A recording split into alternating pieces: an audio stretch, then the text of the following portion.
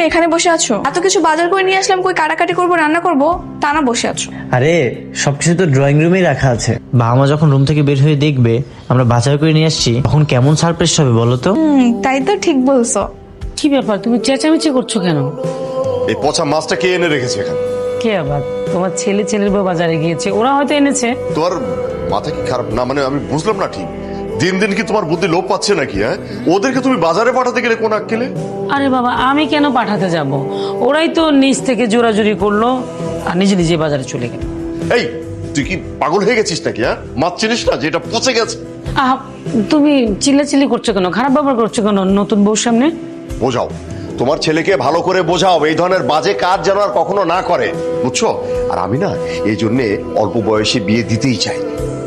আজ আর কলেজে যাব না, বিয়ে করলাম। আজ যদি আমি কলেজে যাই আমার সব বন্ধুরা আমাকে খেপাবে। এর চেয়ে বড়